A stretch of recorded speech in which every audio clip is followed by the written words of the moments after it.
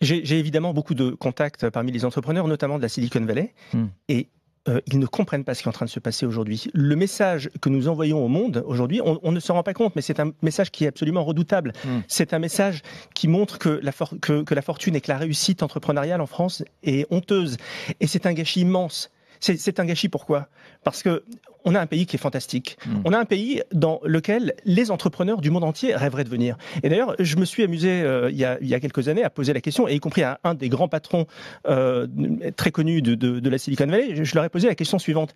Toutes choses égales par ailleurs, si on met de côté toute considération fiscale, toute considération réglementaire, dans quel pays du monde tu aimerais bien vivre et entreprendre à part le tien ?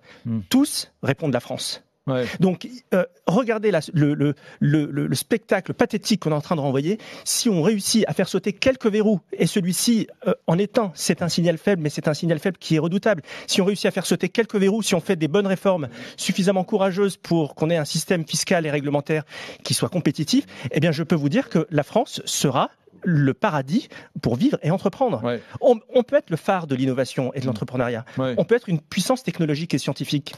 Mais il faut qu'on arrête d'envoyer ce type de messages complètement dérisoires et qui sont à des années-lumière de ce qu'un pays tel que la France doit envoyer comme message.